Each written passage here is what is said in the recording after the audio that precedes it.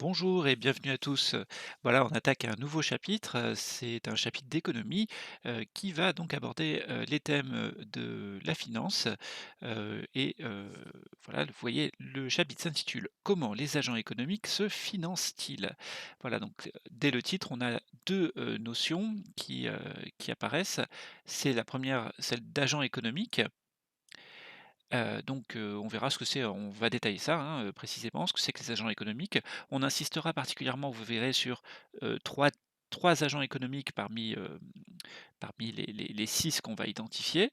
Donc les ménages que j'ai mis en surbrillance, les entreprises et les administrations publiques, même si, ici n'apparaît au départ que, l'État, enfin en tout cas c'est le seul que je peux mettre ici, mais vous verrez qu'on parle bien de dépenses publiques et donc on va parler en fait plus largement des administrations publiques.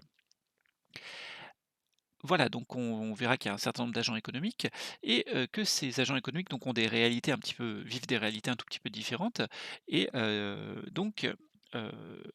ils ne n'ont pas le même rapport à la finance et en fait, justement, on va s'intéresser à ça aussi. Qu'est-ce que c'est que la finance? Qu'est-ce qu'on entend par là?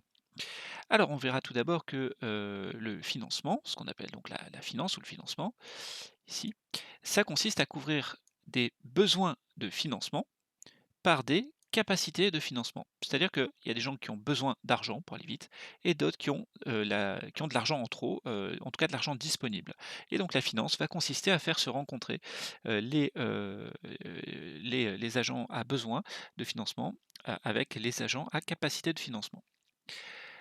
Ensuite, il faudra qu'on comprenne que il y a quelque chose qu'on va appeler le marché des fonds prêtables qui est donc un marché sur lequel on échange, de l'argent. On échange des fonds et comme sur tout marché, eh ben, il y a un prix, qui se fixe.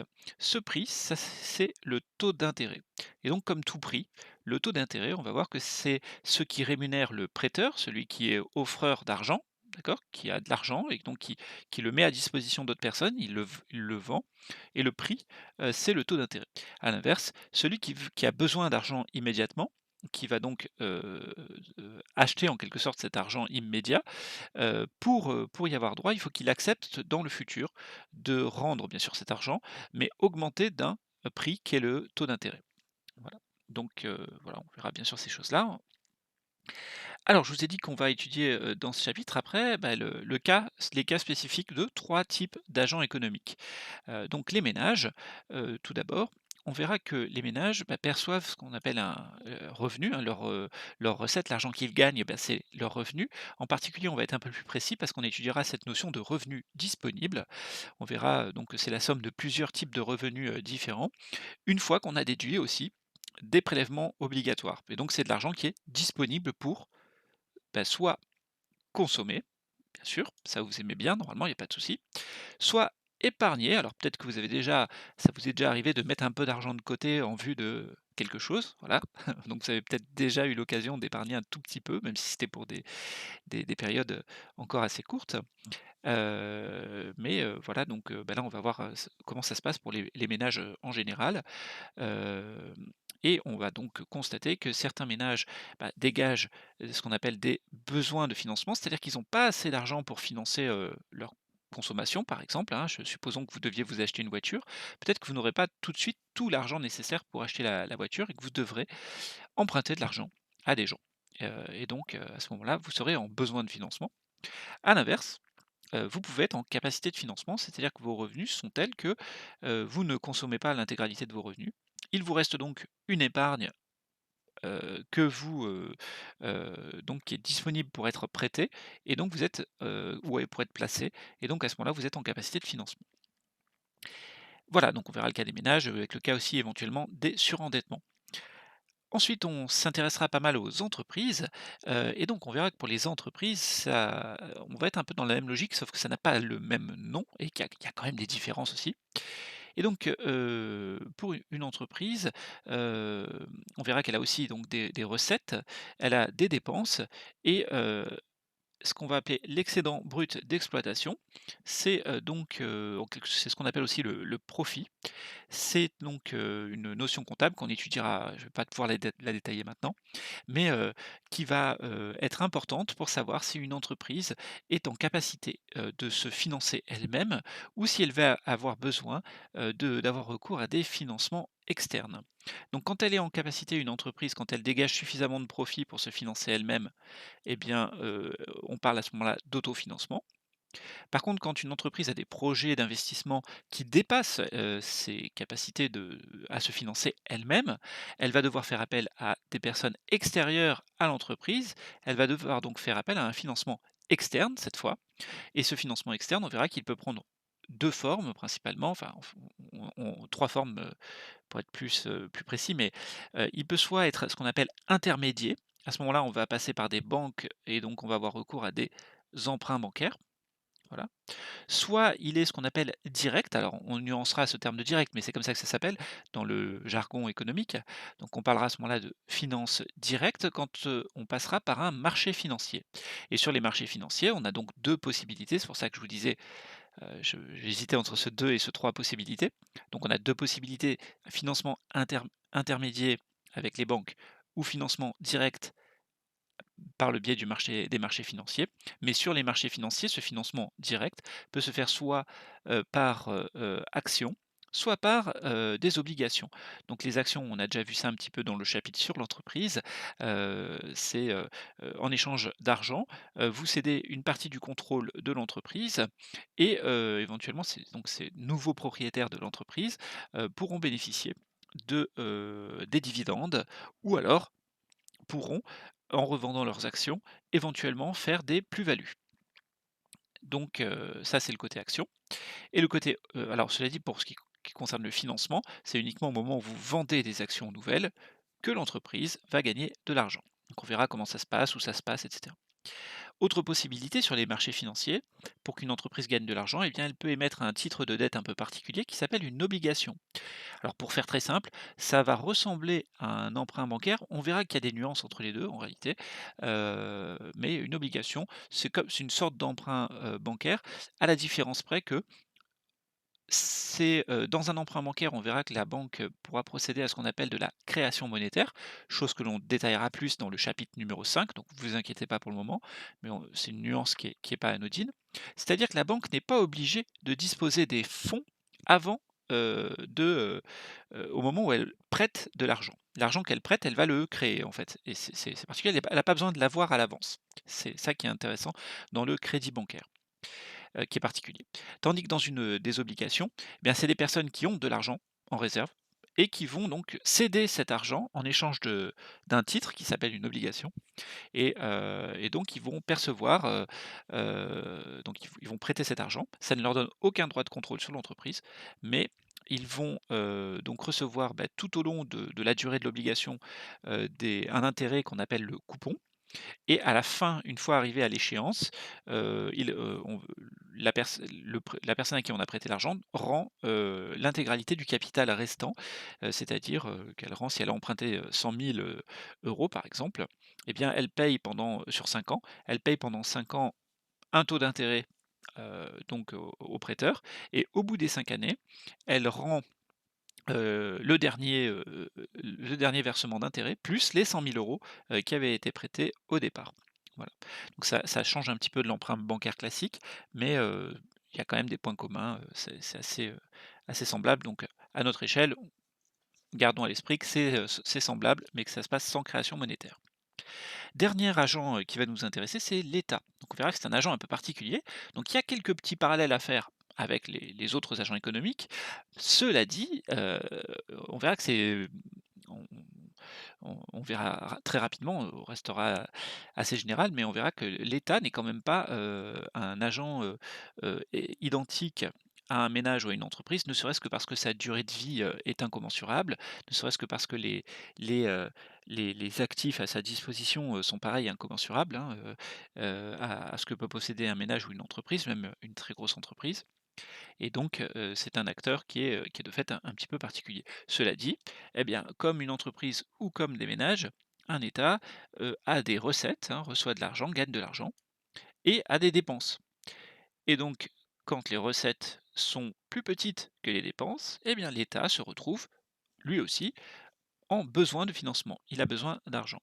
Donc quand, on est dans cette situation, on a ce qu'on appelle donc un solde budgétaire qui est, déficitaire. On parle de déficit budgétaire quand les recettes sont plus petites que les dépenses, quand les dépenses sont supérieures aux recettes. Mais il peut arriver des cas où, les recettes sont égales ou supérieures aux dépenses. À ce moment-là, le solde budgétaire n'est pas un déficit. On verra, comment ça s'appelle, c'est rien de compliqué. Heu, mais, voilà, l'essentiel, de ce qu'on verra, c'est le cas des déficits budgétaires. Et alors, comment on finance un déficit budgétaire? Eh bien, on verra qu'il y a plusieurs solutions. On étudiera particulièrement dans ces solutions celle, de l'emprunt, donc à ce moment-là, on se retrouvera dans une situation similaire à celle des ménages ou des entreprises. Heu les déficits budgétaires peuvent être, financés en partie par emprunt. Alors, dans quel cas, cela dit, est-ce que pour un État, ça peut être intéressant, d'avoir un déficit budgétaire? C'est-à-dire, est-ce que ça peut être utile pour un État d'augmenter ses dépenses publiques sans, changer, ses recettes à équivalence? C'est-à-dire d'accepter temporairement peut-être, par exemple, un déficit ou une hausse du déficit ou alors une dégradation du solde budgétaire? Eh bien, on va voir que, les politiques de dépenses, publiques, ont, des effets très positifs. Donc on étudiera le cas une politique de relance de la demande, hein, de dépenses publiques, hein. L'État va soit, baisser les impôts, soit, augmenter les revenus, enfin on verra ça en détail et on verra que ça a des effets très positifs sur l'activité économique.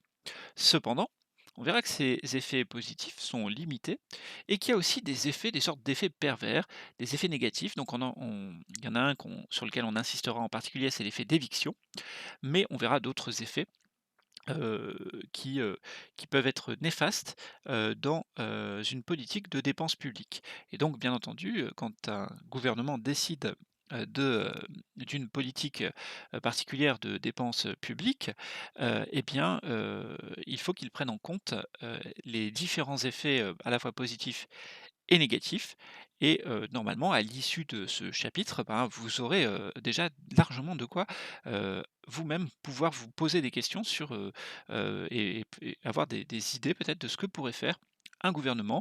Bien sûr, il vous manquera peut-être des chiffres de détail et quelques éléments d'analyse complémentaires, mais globalement, vous aurez déjà une idée assez précise de ce que peut faire ou ne pas faire un gouvernement.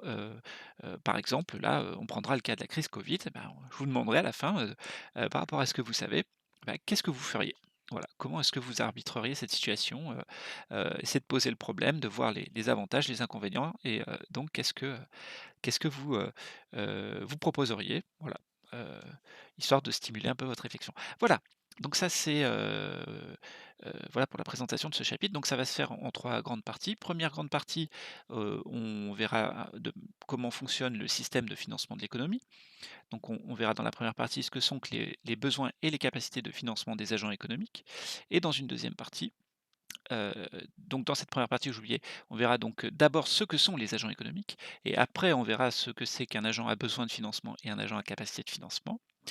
On enchaînera dans un petit B, en regardant donc en s'intéressant essentiellement au marché des fonds prêtables et au circuit de financement, mais en fait, voilà, on s'intéressera beaucoup au fonctionnement heu du marché des fonds prêtables et on verra qu'il y a les différentes solutions de financement. Ensuite, dans la deuxième partie, donc on s'intéressera aux ménages et aux entreprises. Donc une première partie concernant spécifiquement les ménages avec l'épargne et les emprunts des ménages et les cas de surendettement également. Ensuite, 2 autres sous-parties réservées aux entreprises. Donc pour les entreprises, première étape, le financement interne des entreprises qu'on a vu, hein, sous le nom d'autofinancement. Deuxième étape, les, financements externes, de l'entreprise et là on verra qu'il y a plusieurs solutions. Heu, donc on étudiera séparément. Dernière, étape, grosse étape sur le financement de l'État, les politiques de dépenses publiques. Donc tout d'abord, qu'est-ce que c'est que le solde budgétaire? Qu'est-ce que c'est que le solde public? Hein, donc vous verrez qu'on parlera à ce moment-là bien on distinguera bien pour le solde budgétaire, l'État, pour le solde public, l'ensemble des administrations publiques dont l'État n'est qu'une composante. Mais on verra que très souvent dans les, malheureusement, heu, tout le monde ne fait pas la différence entre l'un et l'autre et les hommes politiques, par exemple, ou les commentateurs, télé, bah, jouent parfois de l'ambiguïté entre ces termes et voilà, vous verrez qu'on reviendra sur quelques idées reçues, heu, concernant les, soldes publics. Ensuite, les parties B et C vont nous permettre d'évaluer les situations dans lesquelles il y a des politiques de dépenses publiques. La partie B donc, bah, on essaiera de voir quels sont les avantages d'une politique de hausse de la dépense publique et voilà et la partie C, au contraire, on verra plutôt les risques d'une politique de hausse des dépenses publiques et en fait, en voyant les avantages et les inconvénients d'une politique de hausse, par, effet miroir en quelque sorte, on aura aussi, les éléments, des avantages et des inconvénients, d'une politique éventuellement de baisse des dépenses publiques. Voilà, voilà pour ce survol, déjà très détaillé quand même, de tout ce qu'on va faire dans le chapitre. OK, donc prenons un petit peu de recul, et on va, se poser la question pour découvrir, de comment se finance-t-on? Alors, avant de voir cette, petite vidéo qui va nous présenter la bourse de manière un peu folklorique, vous verrez parce que c'est la bourse telle qu'elle existait en 1987 et la bourse à l'occasion d'une crise boursière. Donc vous verrez qu'il y aura pas mal d'activités sur la petite vidéo qu'on va voir. Mais bien entendu, quand on parle financement, si on part de nous-mêmes, eh bien qu'est-ce qu'on peut regarder? On peut se dire: «Tiens, quand est-ce que nous on est concernés par les questions de financement?» Bah, quand on doit financer des choses qui nous concernent et quand est-ce que ça va arriver? Ben, par exemple, si on doit faire des travaux, puis qu'on n'a pas, l'argent, tout de suite, mais qu'on sait qu'on va l'avoir plus tard quand on doit acheter une voiture. Je vous en ai parlé tout à l'heure. Peut-être quand certains parmi vous feront leurs études, même si c'est quelque chose que moi personnellement je regrette, mais aujourd'hui, se développent des emprunts pour les études. Bon, ça pose tout un tas de soucis, mais peut-être certains parmi vous, bah, feront un emprunt pour, financer tout ou partie, de leurs études. Voilà. Donc là, on voit que ça concerne beaucoup les ménages. Voilà.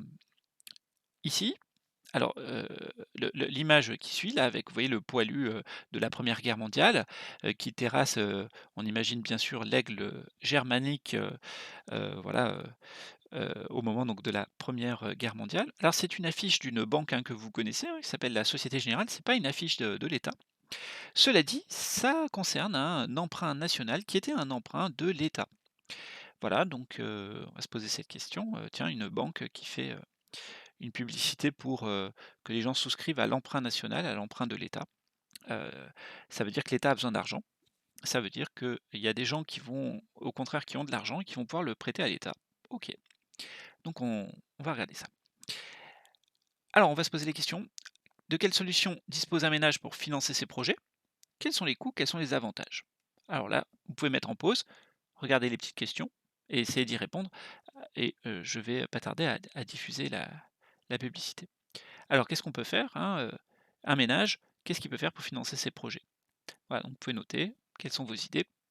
Bon, pour aller vite, bien entendu, vous vous dites, pour financer, un projet, eh ben, on peut aller, déjà il nous faut nous-mêmes avoir un revenu qui nous permet, éventuellement de financer, par soi-même, nos projets.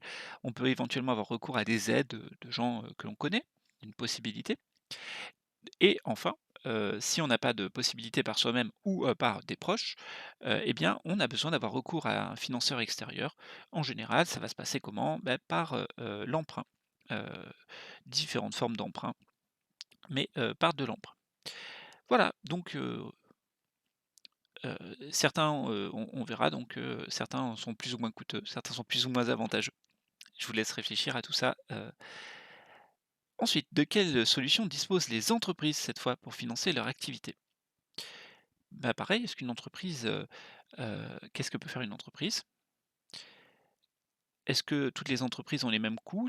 Toutes les entreprises, tous les modes de financement ont les mêmes coûts, les mêmes avantages?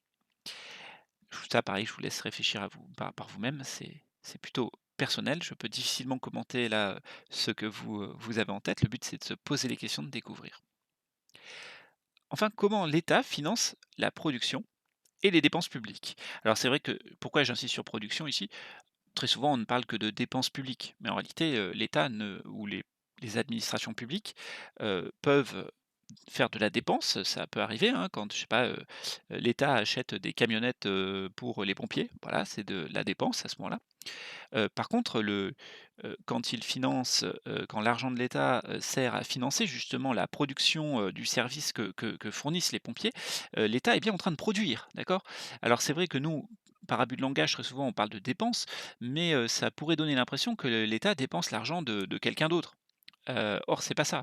Là, l'État est en train de produire, si c'était fait par une entreprise, la même chose et qu'on le vantait, tout le monde, personne, tout le monde comprendrait que c'est de la production, d'accord? Si c'est, une entreprise privée qui tond le gazon, vous dites: «OK, c'est de la production», mais si c'est la mairie, qui tond le même gazon, c'est aussi de la production. Peu importe que ça a été financé, d'une autre manière.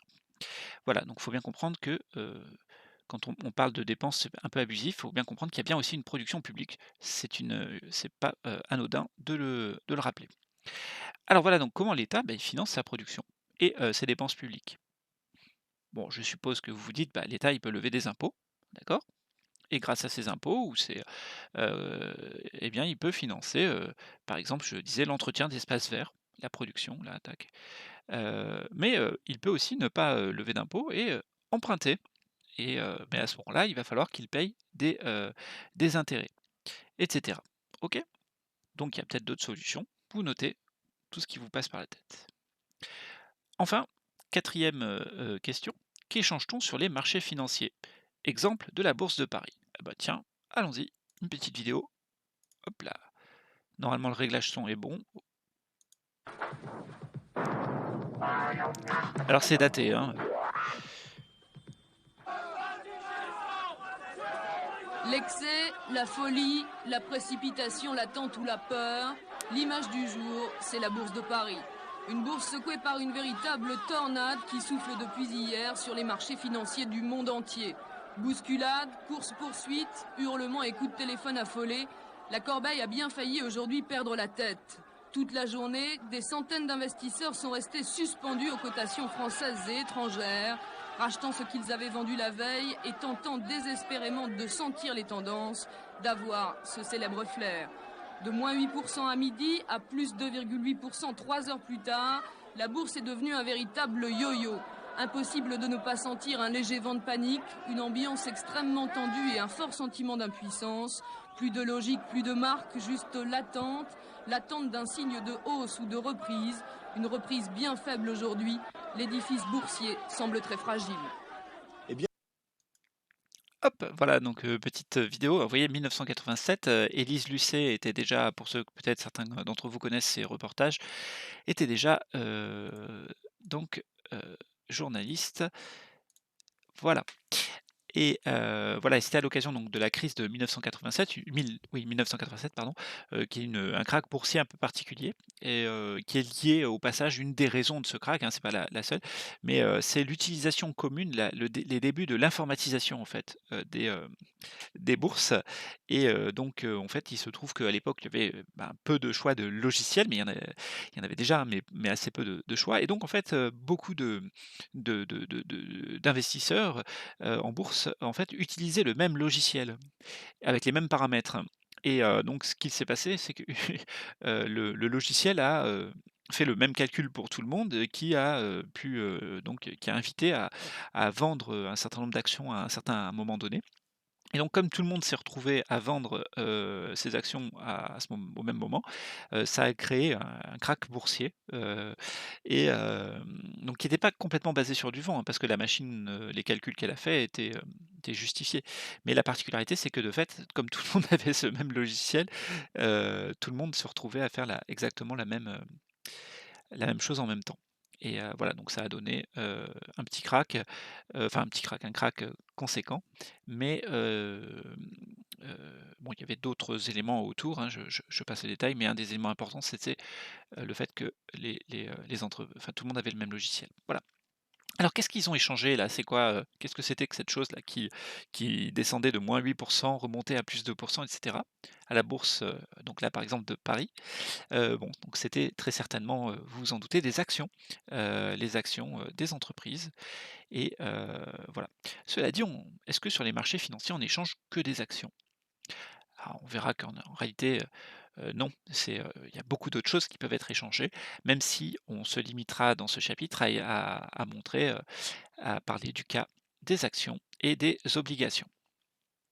Voilà, donc quelques petites, ici, questions qu'on peut se poser, qui sont un peu, vous savez, toujours ces sortes d'idées reçues qu'on peut avoir, qui peuvent permettre d'exprimer en tout cas des idées reçues, que l'on peut avoir, sur toutes ces questions-là.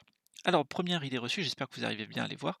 Alors, seules les entreprises peuvent se financer sur les marchés financiers.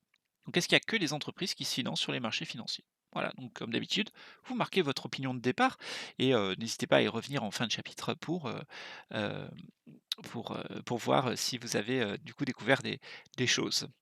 Alors, donc seules les entreprises peuvent se financer sur les marchés financiers. Deuxième affirmation, l'économie française est déficitaire vis-à-vis du reste du monde. Alors voilà, est-ce que cette affirmation vous paraît plutôt juste, plutôt fausse? Voilà.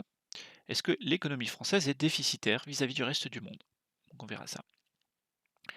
Ensuite, le Burkina Faso est un pays pauvre, donc endetté, tandis que les USA sont un pays riche, donc peu endetté. Ah, on peut tout à fait se dire, hein, qui risque d'être endetté finalement dans une société? Si vous réfléchissez à l'échelle des individus, bah, une personne riche, a priori, va pas être endettée, une personne pauvre risque d'être endettée. Voilà, donc là, je vous ai pris ces 2 exemples-là. Est-ce que le Burkina Faso est un pays, endetté, du fait que c'est un pays pauvre? Est-ce que les USA sont un pays, étant un pays riche, est-ce que c'est un pays qui est endetté? Donc on verra ça. Ensuite, le taux d'intérêt d'un crédit est d'autant plus élevé que l'emprunteur est fragile. OK. Donc est-ce que le taux d'intérêt d'un crédit change en fonction des emprunteurs? Et par exemple, si un emprunteur est fragile, c'est-à-dire quelqu'un qui ne peut pas payer, est-ce que de fait, on lui met un taux d'intérêt encore plus élevé? C'est-à-dire que ça on rend encore plus difficile sa capacité de rembourser un crédit, quoi. OK. Ou est-ce que, le taux d'intérêt prend en compte le fait que un emprunteur, a beaucoup de moyens, donc il peut payer très cher, et ou à l'inverse qu'il a très peu de moyens, donc on lui fait payer moins cher parce qu'il peut pas payer. Donc est-ce que le taux d'intérêt d'un crédit est d'autant plus élevé que l'emprunteur est fragile? Ensuite, un État ne peut pas faire faillite. Est-ce que c'est vrai ça? Est-ce que c'est vrai ou pas? Vous pouvez être peut-être plutôt d'accord, vous dire qu'un État ne peut jamais faire faillite, parce qu'il peut peut-être, toujours trouver des solutions, à l'inverse, bah, non, peut-être qu'un État peut faire faillite. OK, je vous laisse, noter ce qui vous paraît le plus exact à ce stade. Ensuite, question 6, enfin affirmation numéro 6, le taux d'intérêt est d'autant plus élevé que la durée de remboursement est longue. Eh bien, est-ce que si, vous empruntez sur, 1 an, le taux d'intérêt, est plus bas que si vous empruntez sur 10 ans? Si vous empruntez sur 10 ans ou sur 20 ans? Est-ce que si vous augmentez la durée d'un prêt pour acheter une maison, par exemple, est-ce que d'après vous, ça va changer quelque chose au niveau du taux d'intérêt? Et si ça change quelque chose, dans quel sens ça devrait, changer les choses? Ensuite, pour se financer, une entreprise émet des actions qui n'ont pas à être remboursées. Donc pour se financer, une entreprise émet des actions qui n'ont pas à être remboursées. Alors, peut-être que vous trouverez des ambiguïtés, etc. Mais justement, vous répondez par rapport à la manière dont vous comprenez cette affirmation, il n'y a pas de souci. Pour se financer, une entreprise émet des actions qui n'ont pas besoin, qui n'ont pas à être remboursées. Voilà. Donc est-ce que il y a une contrepartie aux actions? Est-ce que c'est de l'argent? Est-ce que voilà, est-ce que on ne se finance que par action aussi, etc. Est-ce que toutes les entreprises peuvent émettre des actions? Question 8. La France détient le record de déficit budgétaire et de dépenses publiques. Alors est-ce que c'est vrai ça? Est-ce que la France détient un record de déficit budgétaire et de dépenses publiques? On l'entend hein, régulièrement dans des médias, dans la bouche d'essayistes ou de politistes. Est-ce que c'est vrai ou est-ce que c'est juste une exagération ou est-ce que c'est complètement faux? Ok. Affirmation numéro 9. Les États ont interdiction d'emprunter aux banques. Est-ce que les États, peuvent, emprunter, de l'argent aux banques? Voilà. Est-ce que c'est possible ou pas? Enfin, question, est-ce que c'est les États dans le monde entier? Est-ce que c'est certains États? Est-ce que c'est, les banques? Est-ce que c'est autre chose que les banques? OK. 10. Donc sans l'épargne des ménages, les banques ne peuvent pas prêter. Donc sans l'épargne des ménages, les banques ne peuvent pas prêter. Alors bon, si vous avez été attentif, j'ai déjà donné un un morceau de réponse, tout à l'heure. Mais, voilà, donc est-ce que comme ça, par rapport aux connaissances que vous avez aujourd'hui, est-ce que, une banque, donc peut prêter, si, bah, elle n'a pas de clients, qui ont épargné de l'argent chez elle et donc si elle n'a pas de quelque part d'argent en réserve, quoi? Voilà. Ou est-ce qu'elle ne peut prêter, bien sûr qu'à mesure qu'elle a des clients, et que ces clients déposent de l'argent. Voilà. OK, donc voilà la problématique, je vous l'affiche. Donc vous voyez sur le côté droit, vous avez la zone avec les réponses et sur le côté gauche, le document que vous avez tel qu'il est, quand il est vierge.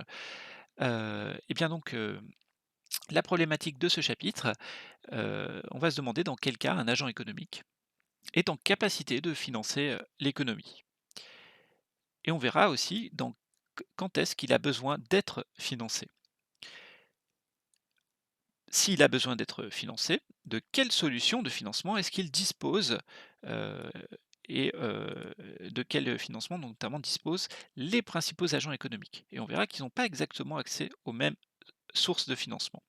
Donc les principaux agents économiques qu'on étudiera sont les ménages, les entreprises et les pouvoirs publics, avec un focus particulier dans les pouvoirs publics sur l'État. Ensuite, quelles sont les spécificités du financement, des pouvoirs publics? On verra qu'il y en a quelques-unes. Et pour finir, quels sont les effets possibles d'une hausse des dépenses publiques sur l'économie? Donc on verra les effets contradictoires, les effets bénéfiques. Quand l'État dépense, de l'argent, ça a certains effets, positifs, assez intéressants, mais il peut y avoir des effets négatifs et donc il faut savoir, quand est-ce que, les effets positifs l'emportent sur les effets négatifs. Eh bien, on est parti donc, sur la première partie de ce dossier, donc, de ce chapitre. Donc dossier numéro 1, 1re, grande partie, hein. Comment fonctionne, le système financier de l'économie? Donc la première sous-partie, besoins et capacité de financement des agents économiques. Objectif donc, ça va être de connaître tout d'abord les principaux agents économiques. C'est vraiment important que vous sortiez de cette partie-là en identifiant bien qu'il existe ce qu'on appelle des secteurs institutionnels pour reprendre le vocabulaire de l'INSEE. Donc il y a 6 secteurs institutionnels, il faudra bien vous en rappeler et en particulier identifier les 3 principaux qu'on va voir, que sont donc on va les voir, hein. Ensuite, il faudra bien sûr comprendre cette notion de capacité de financement et de besoin de financement. Donc on y va pour l'intro. Chaque agent économique d'une nation peut se trouver à différents moments, soit en capacité de financement, qu'on pourra abréger par CAFI, soit en besoin de financement, qu'on pourra abréger en BFI, par exemple. Les agents économiques peuvent être regroupés en différentes catégories, nommées secteurs institutionnels. Donc on va voir comment on regroupe et pourquoi on les regroupe dans ces catégories-là. Partageant donc des caractéristiques proches, notamment en ce qui concerne le financement. Leur regroupement pour une période donnée permet d'évaluer la capacité ou le besoin financement d'une nation. C'est-à-dire que si on regroupe l'ensemble des agents économiques ou des secteurs institutionnels d'une nation, eh bien ça nous permet, et qu'on regarde pour chacun s'ils sont en besoin ou en capacité, eh bien en faisant le solde de tout ça, on obtient la capacité ou le besoin de financement d'une nation prise dans son ensemble. Alors, premier document, bon, il est numéroté doc 0 parce que m'évitait de renuméroter les questions par ailleurs. Les 6 secteurs institutionnels d'une économie selon l'INSEE. Alors j'ai mis 5+1, vous allez voir pourquoi. Vous verrez que le dernier et c'est en fait les 5 en question, pour ce qu'on appelle le reste du monde, alors que les 5 ici, c'est les 5 d'une nation. Donc les 5 d'une nation et le +1, eh bah, c'est les 5 mêmes secteurs, mais cette fois des autres pays. Alors on y va pour la définition. Alors je vais peut-être quand même ici zoomer un tout petit peu, voilà, pour la lecture du texte. Alors ça, c'est la définition de l'INSEE. Les différents acteurs de la vie économique sont regroupés dans des ensembles considérés comme pertinents. Les unités dites institutionnelles constituent les unités de base de la comptabilité nationale. Ce sont des unités susceptibles de posséder elles-mêmes des actifs, donc des biens, en quelque sorte, des possessions qui sont qu'on peut revendre, hein. Un actif, c'est quelque chose qu'on peut acheter, revendre souvent, comme un brevet, comme des matières premières, et cetera. Donc, les unités institutionnelles, les secteurs institutionnels, unités institutionnelles, heu, donc peuvent posséder des actifs. Elles peuvent souscrire des engagements. Elles sont donc aussi, alors attendez, susceptibles aussi de s'engager dans des activités économiques et de réaliser des opérations avec d'autres unités. Les secteurs institutionnels regroupent les unités institutionnelles ayant des comportements économiques similaires, caractérisés par leur fonction principale et la nature de leur activité. Ok. Donc voilà, hein, on parlera beaucoup de secteur institutionnel, mais voilà, par exemple, chaque entreprise prise individuellement est une unité institutionnelle, chaque ménage pris individuellement est une unité institutionnelle.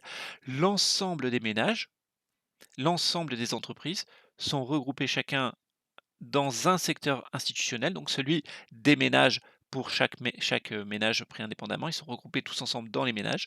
Et pour les entreprises, alors on verra qu'il y a plusieurs catégories, mais pour faire vite, la plupart des entreprises sont dans les sociétés non financières que l'on va voir ici. Alors, on distingue 5 secteurs institutionnels résidents, hein. C'est pour ça que je vous ai dit qu'il y en a 5 plus 1. Il y en a 5 résidents et un qui est non résident, qui est le reste du monde, on verra. Donc 5 secteurs institutionnels résidents. Tout d'abord, les SNF, les sociétés non financières. Et bien en fait, ça, c'est les entreprises. Alors, le non financière peut un petit peu vous perturber. Donc, les sociétés, normalement, vous savez ce que c'est maintenant. Non financière, ça veut dire que leur activité ne concerne pas d'abord la finance. On va le revoir dans 2 secondes. Ensuite, les sociétés financières, qui regroupent cette fois donc tout ce qui va être les sociétés en fait de banque et d'assurance pour faire simple, et de finance. Voilà, donc on les sépare, c'est pas la même chose, hein, vous verrez, elles produisent pas la même chose, elles ont pas le même, heu, elles ont pas la même fonction principale, voilà, c'est noté là, la même fonction économique principale. Ensuite, on a ce qu'on appelle les administrations publiques, suivent les ménages et enfin un secteur au nom à rallonge, mais il ne faut pas vous inquiéter. En plus, il s'apprend finalement en réalité très, très vite. Vous apprenez l'acronyme et depuis l'acronyme, vous retrouvez le nom assez facilement. Donc c'est les institutions sans but lucratif au service des ménages, les ISBLSM, d'accord? ISBLSM. Et donc voilà, institutions sans but lucratif, donc ils ne cherchent pas à faire de profit, d'accord?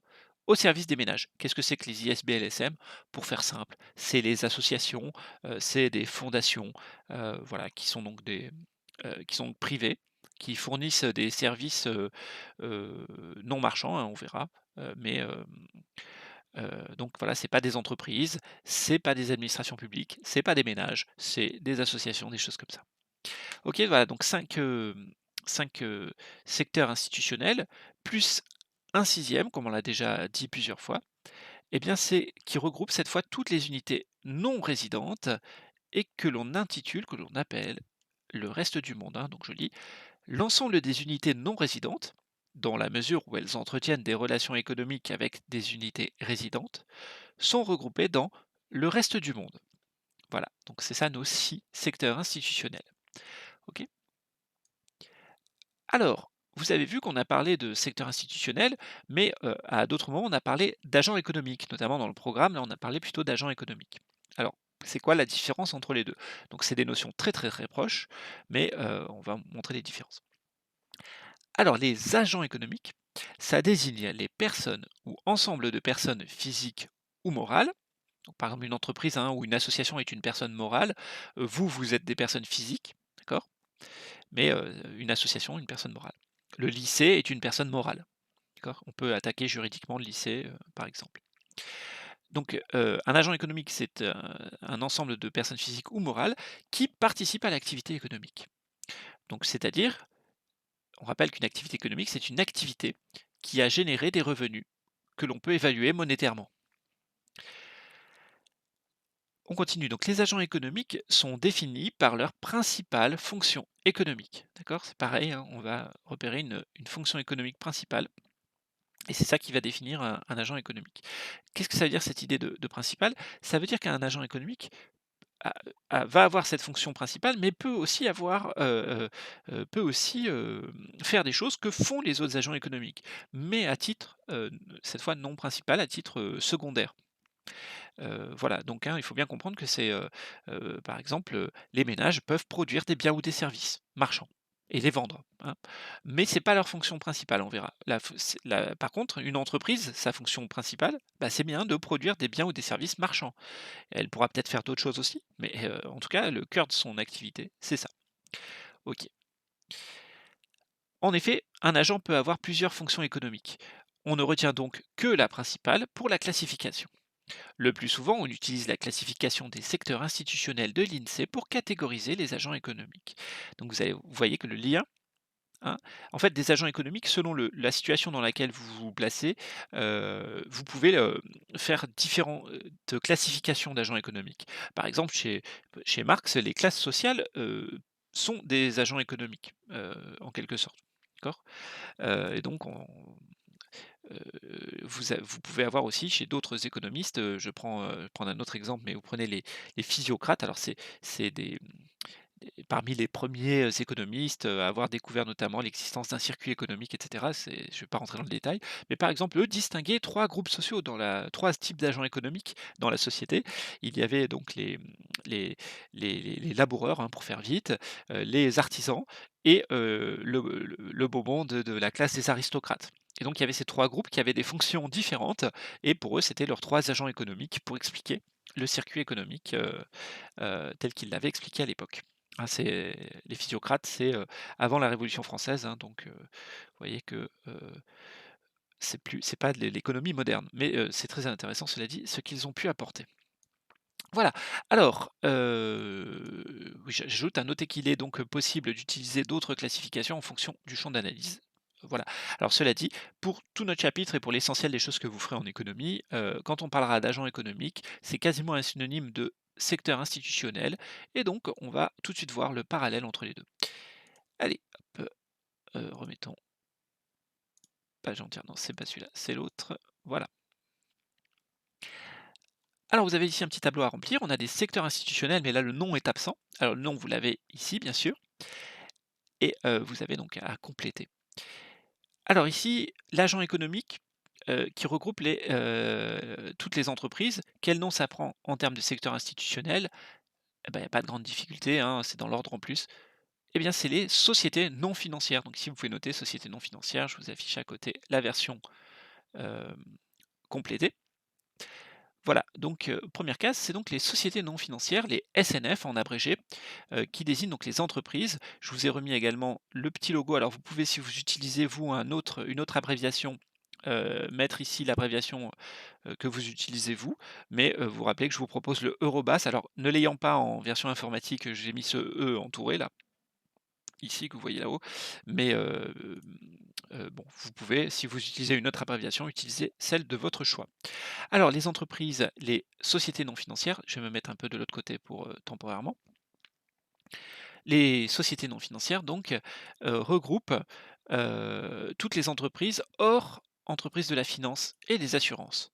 D'accord? Ce sont les non financières. Qu'est-ce qu'elles font?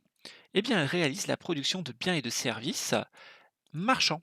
Donc ils s'occupent de tout ce qui est, voilà, faire des voitures, des petits pains, les salons de coiffure, et cetera, donc c'est tout ce qui est, production de biens ou de services marchands. Alors sous-entendu, les salons de coiffure, je vais pas vous embêter dans le détail, mais c'est les salons de coiffure, en société, hein, donc les grandes chaînes de coiffure, par exemple. Si c'est le petit artisan coiffeur, qui possède en nom propre, il rentrera dans la catégorie ménage, mais c'est du détail, on s'en soucie pas plus que ça, c'est pas important là. Donc la société non financière, c'est bon.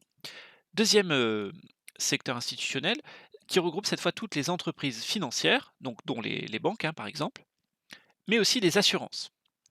Alors donc on l'abrège en EFI pour les lettres, enfin Eurobase FI pour l'abréviation. Vous pouvez bien sûr noter autre chose si vous préférez. Et donc là, on regroupe ça sous le nom des sociétés financières. Alors on verra que on rentrera pas trop dans le détail là aujourd'hui, hein, mais heu en effet, hein, ces 2 types d'entreprises n'ont pas du tout les mêmes fonctions et n'ont pas du tout les mêmes problèmes, ne serait-ce qu'en justement en termes de financement. Ça fonctionne absolument pas pareil, vous imaginez bien pourquoi. Alors quelle est la fonction principale des sociétés financières? C'est justement de réaliser cette production un peu particulière, qui est la production des services financiers et assurantiels. Je précise que, pour les questions assurantielles, on a un chapitre que donc on va étudier, hein, d'ici la fin de l'année bien sûr, qui, traitera spécifiquement de ces questions-là. Donc c'est quelque chose que l'on explorera un petit peu plus tard. Voilà, normalement on a déjà exploré, le monde des sociétés, non financières, voilà et le monde, de la finance, on est en train de l'explorer en ce moment, et on aura un petit chapitre qui nous permettra de découvrir cet objet-là. Troisième secteur institutionnel, les administrations publiques, qu'on abrège en APU. Oui, j'oubliais, bon, vous voyez, ça s'appelle c'est la les sociétés financières, c'est l'ASF, donc il y a un rapport avec la science-fiction sans doute, hein. Des fois, on se dit qu'on est, dans un monde assez, étrange, pas loin de la science-fiction, dans les sphères financières. Mais bon, revenons aux choses plus sérieuses. Donc les administrations publiques, les APU, voilà donc, elles réalisent, elles, une production de biens et de services non marchands, contrairement aux 2 précédentes. Elles font du non marchand. Par contre, elles ne font pas tout le non marchand. On verra qu'elles ne font que le non marchand qui est sous contrôle public. D'accord? Je rappelle que les administrations publiques, ça n'est pas que l'État. Les administrations publiques recouvrent à la fois l'État, les collectivités locales, hein, donc tout ce qui est département, région, mairie, tout ça, et métropole aujourd'hui aussi. Et en dernier, le troisième, c'est donc les administrations de sécurité sociale, hein, qui regroupent plein de choses, hein, les caisses d'allocation familiale, les caisses de retraite, la CPAM pour les assurances maladie, et cetera. D'accord? Donc c'est plein de il y a plein d'administrations de la sécurité sociale. Voilà, hein, mais donc trois grands secteurs: l'État central d'un côté, les, collectivités locales en deuxième et en troisième, les administrations de sécurité sociale. Voilà, donc voilà, c'est le même nom, hein, en termes d'agents économiques. Désolé pour les sonneries. Ensuite, quatrième agent économique, donc les ménages. Bon, on peut abréger de plein de manières différentes. J'ai mis MEN. Évitez M tout court parce que c'est utilisé, en économie, M tout court, ça veut dire importation, donc évitez de vous embêter avec ce genre de truc. Donc MEN, c'est très bien, heu et M avec un et accent, c'est parfois utilisé pour marché, donc pareil, faites gaffe, voilà. Donc MEN, vous êtes sûr de pas vous tromper. Alors, quelle est la fonction principale des ménages? Eh bien, c'est la consommation finale des biens et des services. Voilà. On verra qu'ils font d'autres choses, hein. Par exemple, ils épargnent aussi, mais bon, c'est un peu plus compliqué pour l'épargne. En tout cas, ce qu'il y a de certain, c'est que normalement, la production, elle a pour finalité, à un moment ou à un autre, de produire des biens des biens et services donc à destination de la consommation finale. Parce que le but à la fin, hein, de tout ce système, c'est bien, la production de biens de consommation finale pour les ménages. Voilà, donc ça c'est bon. Ensuite, les institutions sans but lucratif au service des ménages, les fameux ISBLSM. Donc ils sont plus là pour notre culture générale, hein, on n'insistera pas beaucoup dessus, mais apprenez-les, c'est pas inutile. Alors eux, ils font quoi?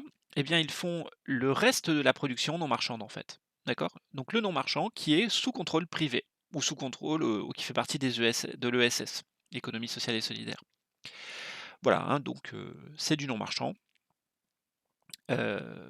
Voilà. Alors il y a juste une petite chose, alors normalement, en général, on ne parle pas de biens et de services non marchands. On parle juste de services non marchands.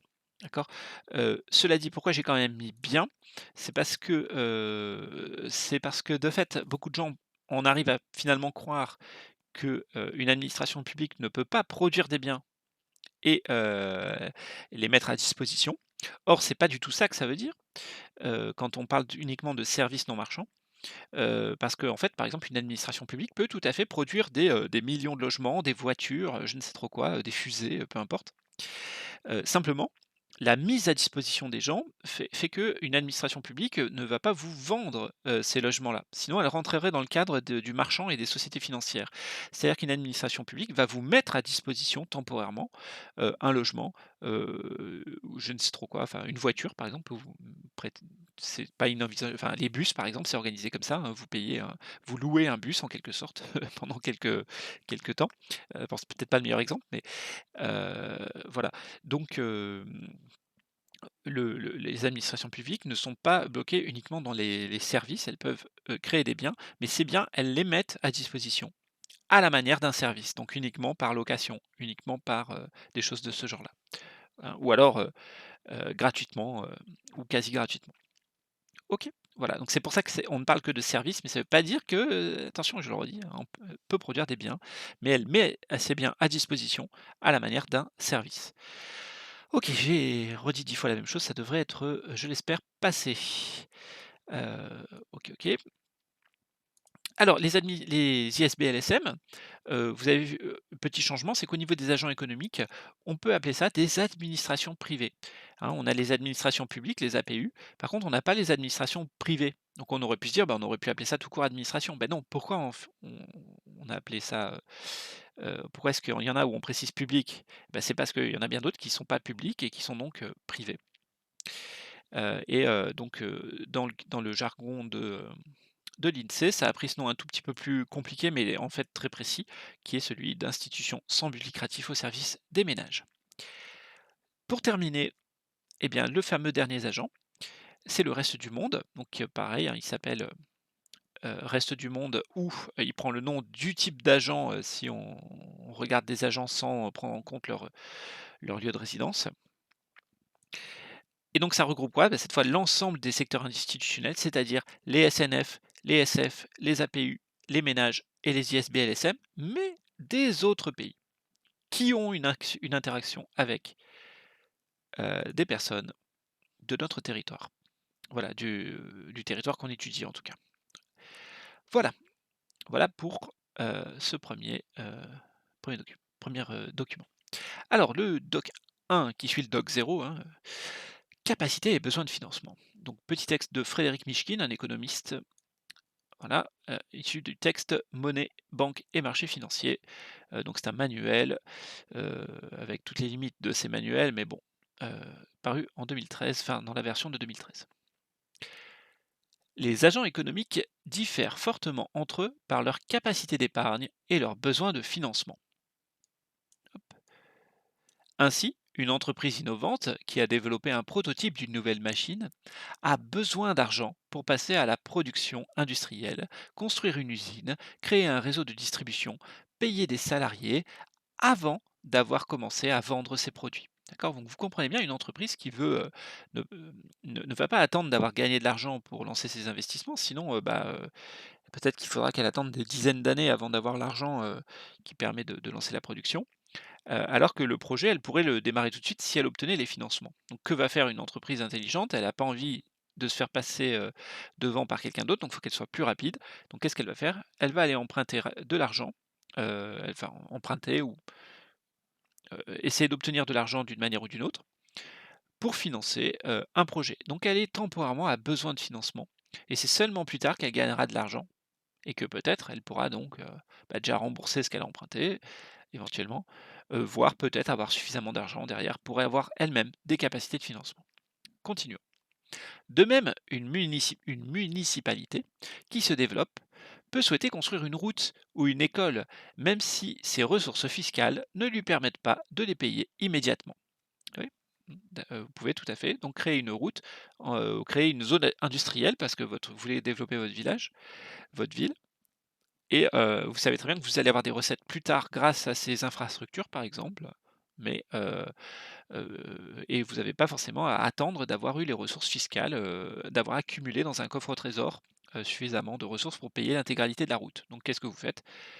Vous souscrivez vous allez chercher un financement extérieur et grâce à ça, vous allez pouvoir payer la route et rembourser plus tard. Inversement, nombre d'autres agents épargnent durant leur vie active, par exemple en vue de leur retraite. Voilà. Donc par exemple des ménages, hein, je sais pas, ça arrive, des gens qui mettent de l'argent de côté, achètent une maison qu'ils mettent en location, je ne sais trop quoi. Donc ils mettent de l'argent de côté, donc en vue de, par exemple, leur retraite. Donc on a des personnes qui au contraire ont de l'argent disponible, beaucoup plus que ce qu'ils utilisent dans l'immédiat. Donc voilà nos 2. Alors on y va. Expliquer ce que signifie une situation dans laquelle un agent économique a un besoin de financement. Eh bien, bon, comme vous pouvez le voir à côté, un agent présente donc un besoin de financement, un BFI, lorsque ses revenus ou son épargne ne suffisent pas à financer sa consommation et son investissement. D'accord. On verra que pour les ménages, c'est essentiellement la consommation. Pour les entreprises, on parlera plutôt d'investissement, même si les ménages peuvent aussi investir. Et bien sûr, les entreprises ont aussi ce qu'on appelle des consommations intermédiaires. Donc ça n'empêche pas, l'un n'empêche pas l'autre, hein. Question suivante, pourquoi est-il souvent difficile pour les agents de financer leurs investissements? Eh bien, la réponse est assez simple, hein. Les investissements supposent souvent une dépense immédiate importante. Exemple, la construction d'un rond-point coûte 400 000 € environ, par exemple, enfin, ça dépend des ronds-points, mais il y a des ronds-points qui coûtent 400 000 €. Est-ce que la municipalité doit forcément le payer avec les revenus de l'année? Eh bien, pas forcément. On sait très bien que le rond-point va fonctionner pendant peut-être 20 ans. Donc pourquoi pas emprunter la somme sur plusieurs années et rembourser sur plusieurs années. Voilà. Donc c'est ce que font en général les mairies, hein, ne sont pas obligés, mais ils peuvent faire ça. Donc l'épargne peut ne pas être suffisante et il faudra générer des revenus permettant de rembourser le financement venant d'avances extérieures. Question 3. Donner des exemples d'investissements pour les ménages, les entreprises, les administrations publiques. Alors il y a plein d'exemples, hein. Un investissement pour un ménage, bah, vous pouvez penser à plein de choses. Voilà, donc on peut penser à leur logement, on peut penser à la voiture, on peut penser à plein de choses. On peut penser aux études, hein, on en a parlé, même si je le redis, c'est une aberration moderne, mais bon, pourquoi pas. Pour les entreprises, bah, qu'est-ce qu'elles peuvent faire? Elles peuvent avoir besoin de nouvelles machines, elles peuvent avoir besoin, d'investir, pour, avoir un site internet, qui leur permet de faire des ventes. Elles peuvent avoir, voilà, il y a des les possibilités sont très importantes pour, financer de la recherche et développement, d'accord? Qui est un investissement à long terme, hein, pour mettre des brevets et cetera. L'État, lui, peut souhaiter, bah, par exemple, mettre en place des nouvelles infrastructures. Alors j'ai pris l'exemple de l'hôpital, mais vous pouvez penser à des tas d'autres choses. L'État peut investir aussi dans l'éducation, hein, dans des écoles, dans des universités, dans, de la recherche aussi, la recherche pas de la recherche et développement cette fois, mais de la recherche, publique, de la recherche par exemple, fondamentale. L'État peut aussi investir dans l'industrie. D'accord, bah, c'est possible. Peut investir, je sais plus si je l'ai dit, dans des routes, peut investir dans des infrastructures également de communication comme des ports, heu, de transport, hein, des infrastructures de transport et de communication au sens, large et des infrastructures de télécommunication aussi, hein, comme des réseaux, téléphoniques, et cetera et cetera. Donc voilà, les différents types d'investissements. Donc vous pouvez marquer d'autres exemples, hein, si cela, si d'autres vous plaisent plus. Voilà, donc on voit ce que c'est que les capacités de financement et les besoins de financement, et que ça peut concerner différents agents économiques que l'on va détailler plus tard. Alors prenons le cas ici maintenant pour le document 2 d'une personne, hein, donc d'un ménage, un ménage composé d'une seule personne qui est cette Svitlana. Alors, on lit ce témoignage, hein, vous voyez que là c'est un article, mais qui va nous faire part d'un exemple de vie d'une personne. C'est pour des raisons économiques que Svitlana a quitté son Ukraine natale en 1999. Petite note de culture générale ici, il faut savoir que donc les pays de l'ex-bloc soviétique ont connu une décennie vraiment terrible dans les années 90 parce que la transition vers le système, on va dire globalement capitaliste, même si en fait ils sont les transitions sont jamais complètes et puis, si vous prenez une économie comme la France, il y a une partie de l'économie, française qui est, socialisée, hein, donc il y a jamais de capitalisme pur ou de socialisme pur ou autre, hein, c'est toujours, un peu des entre 2. En tout cas cumule plusieurs modes de production. Cela dit, le passage d'une économie socialiste à une économie, capitaliste a été un véritable drame, pour les pays de l'Est. Et donc l'Ukraine ne s'en est toujours pas remis, à tel point qu'aujourd'hui même l'Ukraine, le niveau de vie en Ukraine est inférieur, alors le niveau de vie en Chine en plus n'arrête pas de progresser, mais les données que je vous donne là en plus remontent à quelques années, donc ça s'est vraiment empiré. Mais donc il y a quelques années où encore, on considérait que la Chine était un pays à bas revenus. Cela dit, l'Ukraine avait déjà un revenu. C'était avant, les révolutions du Maïdan, les révolutions colorées l'année dernière. Et à cette époque-là, l'Ukraine était, déjà, un pays dont le niveau de vie était inférieur à celui, de la Chine. Donc c'était quand même, vous dire à quel point le recul a été important parce que c'était pas du tout le cas, hein, avant. Et voilà, et la situation ne s'est pas améliorée du tout, depuis les changements, politiques, heu qui ont eu lieu il y a, donc quelques années maintenant avec les Maïdan et cetera et cetera. Alors donc elle a fui, elle, en 99, sans attendre la suite, qui est pas très reluisante. Saisissant une occasion de venir au Canada, la jeune femme a mis le cap sur Toronto. Objectif: préparer la venue au pays de son mari et de leurs 2 enfants, dans l'espoir d'y mener une vie plus facile.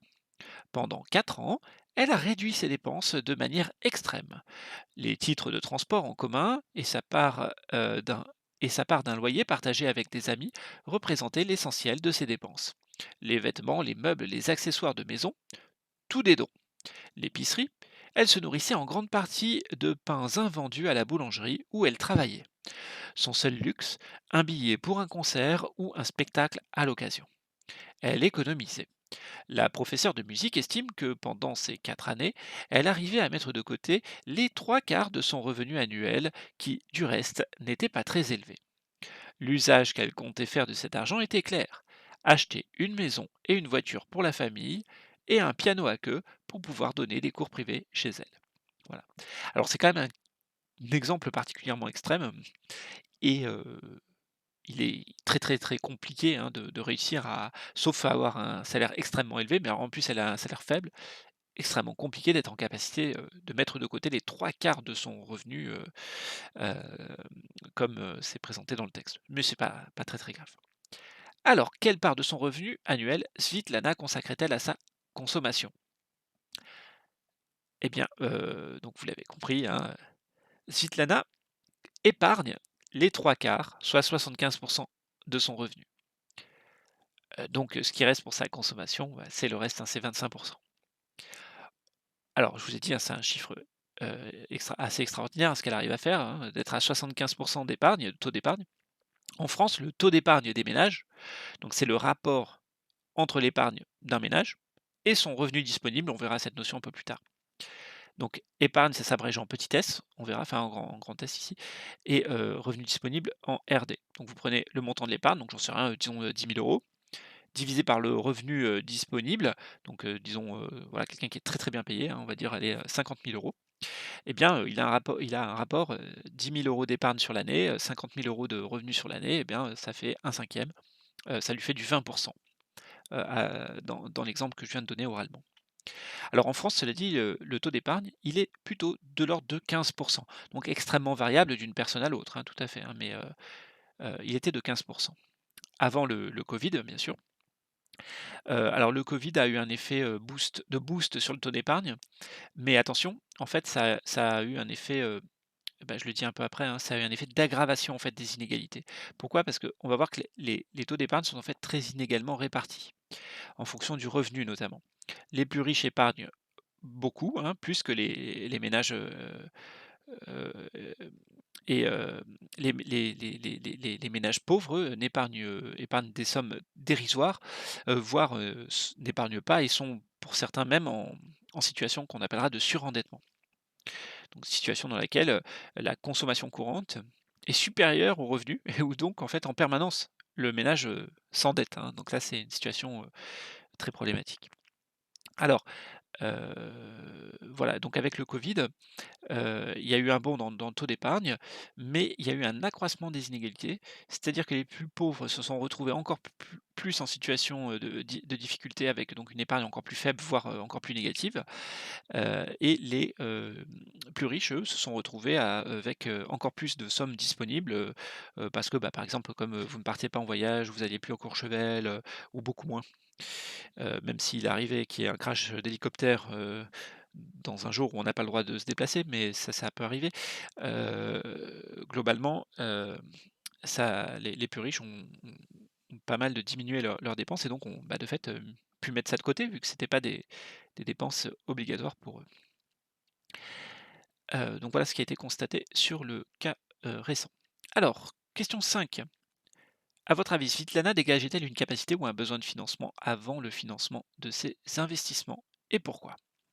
Eh bien, assez, clairement, hein, l'accumulation de l'épargne, hein, les 3/4 de son revenu, bah, lui permettait à Svitlana de dégager une capacité, de, financement. Je l'ai mis là, à sur la partie droite. Une capacité de financement très importante, hein, clairement. Je ne vais pas expliquer le pourquoi, mais vous avez compris, hein, bien, je sais pas, supposons qu'elle touchait, 1 000 alors j'ai plus en dollars canadiens, ça doit plutôt être dans les 2 000 on va dire, pour avoir l'équivalent de 1 000 €, de chez nous. Et bien, peut-être qu'elle avait donc 2 000 canadiens, mais que si sur ces 2 000 $, elle était capable de mettre de côté 1 500 canadiens, chaque, mois, et bien, ces 1 500 étaient disponibles pour financer, à ce moment-là, les projets qui étaient les siens. Question suivante, la 6. L'épargne de Svitlana sera-t-elle, à votre avis, suffisante pour financer ses investissements? Alors, les investissements à réaliser, de Svetlana sont assez importants, hein. C'est une maison, un piano à queue, ça coûte assez cher un piano à queue. Pas le prix d'une maison, mais c'est pas donné. Mais, comme, l'épargne, qu'elle accumule a quand même l'air assez importante, si elle maintient cet effort, ça peut suffire. En tout cas, ça peut lui permettre de faire un apport suffisant pour, pouvoir, souscrire à un emprunt, et pouvoir, donc se loger et acheter son piano à queue. Et dégager du coup, si elle donne des cours, des revenus un peu plus importants que, les revenus qu'elle a en travaillant à la boulangerie. OK, voilà, hein, donc bon, ce petit document, c'était pour illustrer le cas d'un ménage. Eh bien, dans quel cas un ménage épargne? Eh bien, quand, hem, il ne dépense pas l'intégralité de ses revenus et donc il accumule des sommes d'argent et donc à ce moment-là, il dégage de l'épargne et le chiffre à retenir, c'est 15 de taux d'épargne, en France, taux calculé par rapport aux revenus disponibles. Ensuite, voyons pour les entreprises. Donc les entreprises ont besoin de financement.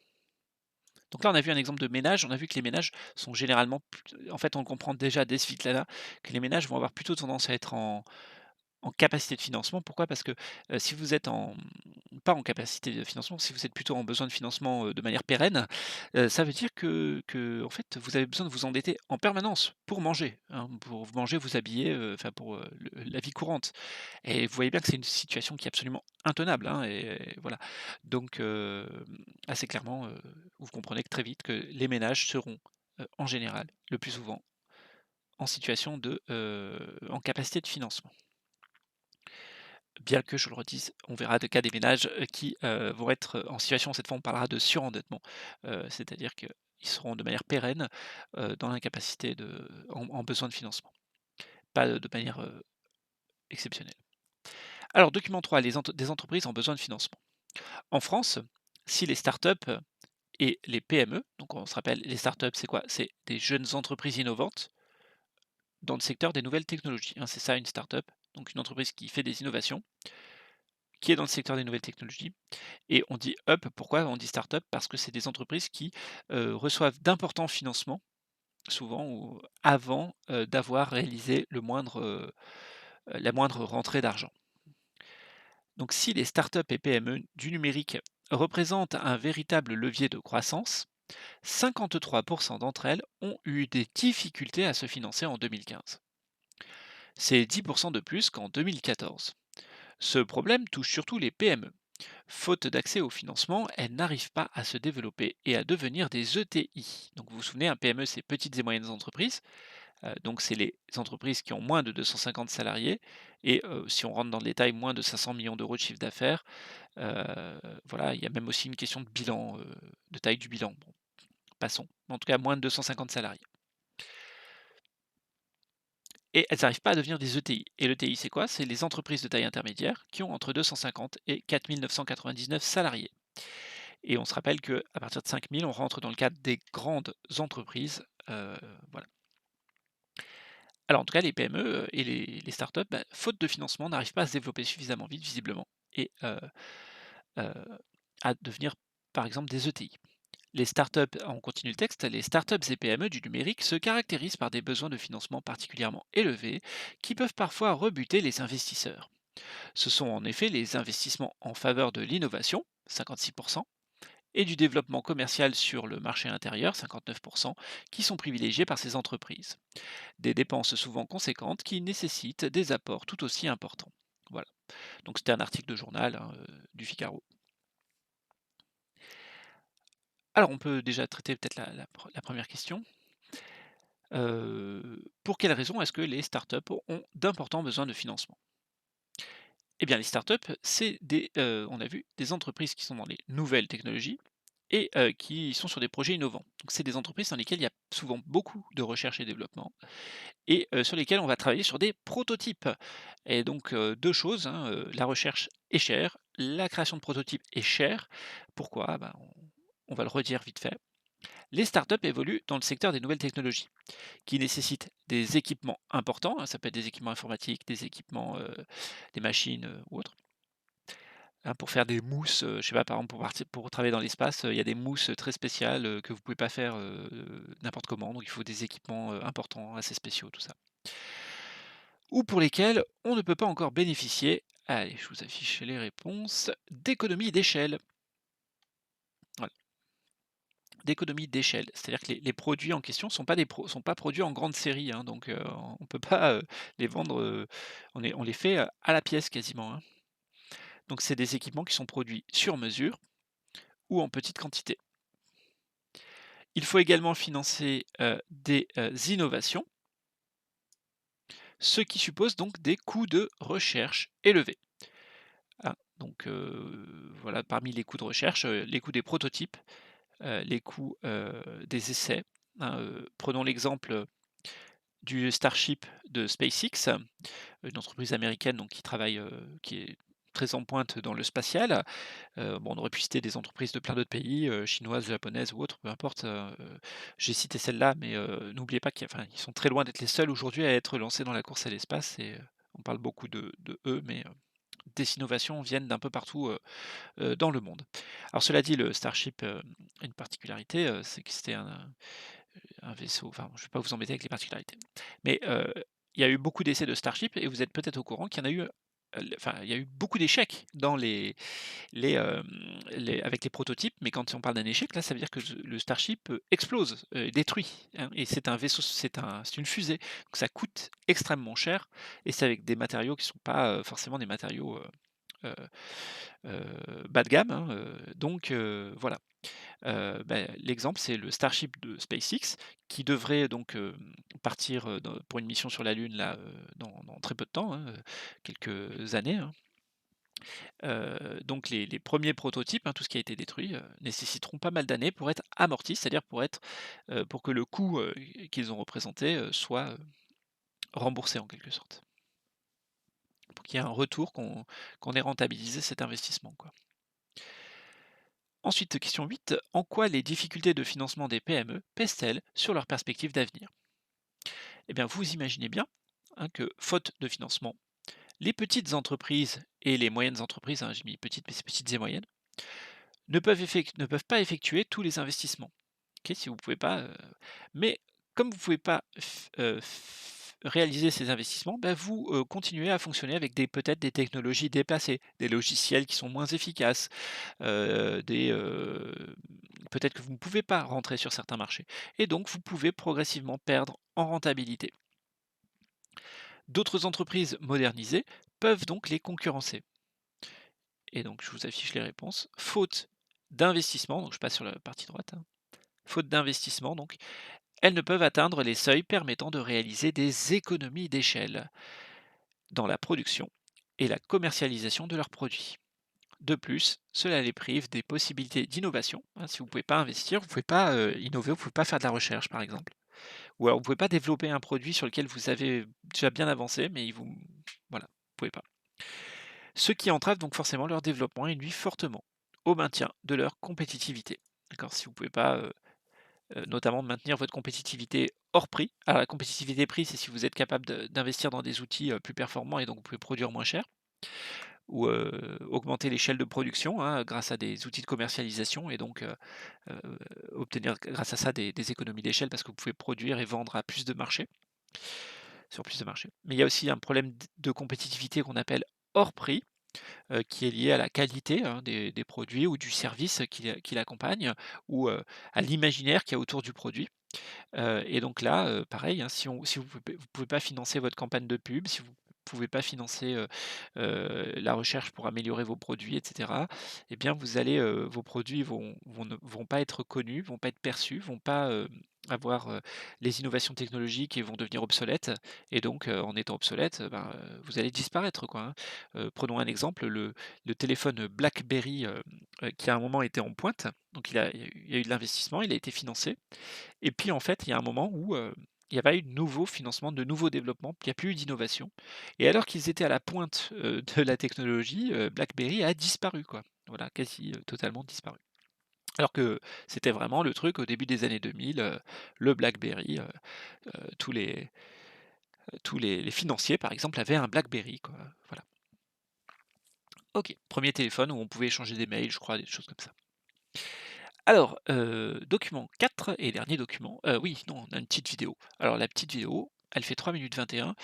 Je vous la mets, rapidement, même si on a déjà un petit peu dépassé, mais comme là, il y avait 2 séances, il y avait et l'intro et la séance, c'est normal. Alors la petite vidéo de Dessine-moi l'écho.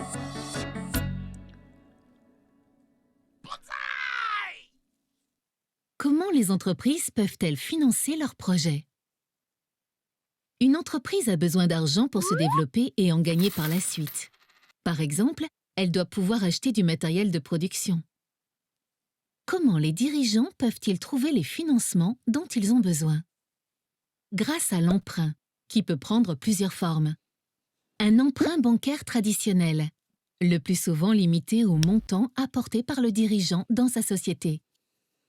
Un prêt d'honneur ou avance remboursable, proposé par exemple par une région ou une institution, souvent à faible taux d'intérêt. Un emprunt obligataire émis par l'entreprise. Une obligation est une somme prêtée à une entreprise par un particulier ou un organisme contre intérêt. Grâce à l'émission d'actions. Lorsque l'entreprise émet des actions, elle vend une fraction de son capital, c'est-à-dire une partie d'elle-même. L'acheteur a deux motivations. Il espère que les résultats de l'entreprise permettront de lui verser des dividendes. Il espère revendre ses actions à un prix plus élevé que celui auquel il les a achetées. La vente d'actions peut se faire auprès des marchés boursiers. Pour y accéder, l'entreprise doit notamment publier régulièrement des informations sur sa santé financière. Elle doit donc recruter une personne spécialisée ou faire appel à un cabinet extérieur, ce qui représente un coût important. La vente des actions peut également se faire directement auprès d'investisseurs. Cela s'appelle le capital investissement. Il en existe différents types, aux différents stades de la vie de l'entreprise. Le capital amorçage, qui va permettre de financer la création de l'entreprise et des premiers produits. Si les investisseurs sont proches du dirigeant, parents ou amis, on parle de love money. Le capital risque concerne principalement les entreprises innovantes, qui peuvent potentiellement gagner beaucoup d'argent rapidement, mais qui ont un risque important d'échouer. Dans le cas d'investisseurs privés, appelés business angels, ils apporteront aussi leur réseau et leur expérience. Le capital développement s'adresse à des entreprises déjà rentables qui ont besoin d'investir pour accélérer leur croissance, en s'implantant à l'étranger par exemple. Une nouvelle forme de financement. Ah voilà, bon, je pensais que ça allait quand même, fonctionner jusqu'au bout. Un petit bug, je l'avais chargé il y a plusieurs jours. Je pense que c'est ça qui a posé problème. Bon, en plus là, il me bloque le truc. Bon, c'est pas grave. On était presque à la fin de cette vidéo, qui est un petit, «Dessine-moi l'écho» que vous pouvez retrouver en tapant, ça, hein, les sources de financement des entreprises, voilà. Le problème, c'est que là, je sais pas si ça va marcher si je fais ça, parce que comme j'ai mis un lien qui visiblement marche pas mieux que la dernière fois. Hop, voir si je le retrouve. Non, ça marche pas. OK.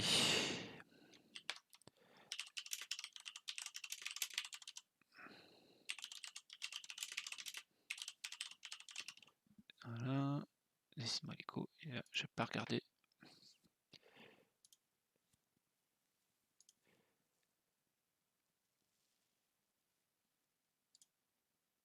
Donc on était par là. S'adresse à des entreprises déjà rentables qui ont besoin d'investir pour accélérer leur croissance, en s'implantant à l'étranger par exemple.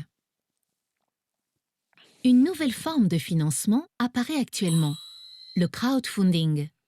Via Internet, il permet à des particuliers d'investir directement dans des entreprises, en actions, prêts ou dans une moindre mesure, en dons. Que ce soit par l'emprunt ou l'émission d'actions, les entreprises disposent de plusieurs possibilités, en fonction des sommes dont elles ont besoin, de leur stratégie ou encore de leur taille. Hop là. Ah mince, je voulais m'arrêter juste avant qu'il efface. Voilà, hein, donc vous avez vu un petit peu le détail. Cette vidéo est plutôt intéressante. J'espère qu'elle vous aide à comprendre. On redétaillera un petit peu, ces choses-là au fur et à mesure. Mais, voilà. Pour une entreprise, hein, 3 sources de financement essentiellement. Les emprunts avec différentes formes, on distinguera surtout l'emprunt bancaire qui peut se faire par création monétaire et l'emprunt obligataire qui se fait sur un marché financier. Autre solution, cette fois à nouveau de marché financier, c'est l'émission d'actions avec les particularités. Voilà, on n'ira pas dans le détail, hein,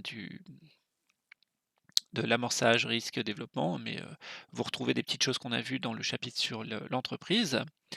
Et un petit moyen anecdotique, mais qui existe, qui peut être important pour, des petits, comme par exemple les youtubeurs ont beaucoup recours à ça, mais ça reste quand même, ils ont d'énormes difficultés, hein, à développer leur activité. Mais le crowdfunding peut être, aussi une nouvelle manière d'obtenir des financements avec notamment la particularité des dons, même si, comme ça a été précisé, ça reste très, anecdotique. Voilà. En général d'ailleurs, vous verrez qu'il y a une disproportion, très souvent il y a une proportion inverse entre, l'utilité ou l'importance de quelque chose et le volume que ça occupe dans les médias.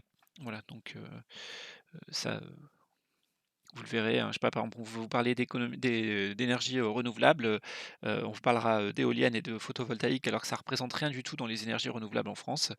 Par contre, on vous parle, très peu d'hydraulique et de biomasse, alors que c'est, essentiellement ça, l'énergie renouvelable telle qu'elle est produite, en France, voilà, et dans le monde entier en général, et cetera. En général, voilà, les proportions sont souvent complètement inversées, par rapport la réalité. Alors on y va, donc continuons, on a tout ceci est bon, donc il nous restait ce quatrième document sur les besoins de financement des agents économiques et de la nation. Donc on a vu, vous voyez ce petit schéma, eh bien qu'est-ce qu'on a, comme agent économique? On a des ménages. Et on constate que les ménages en France ont, donc par rapport, la source ici c'est l'INSEE et les comptes nationaux de 2017, donc c'est sans doute les chiffres de 2016, mais peu importe, on va dire 2017. En 2017, les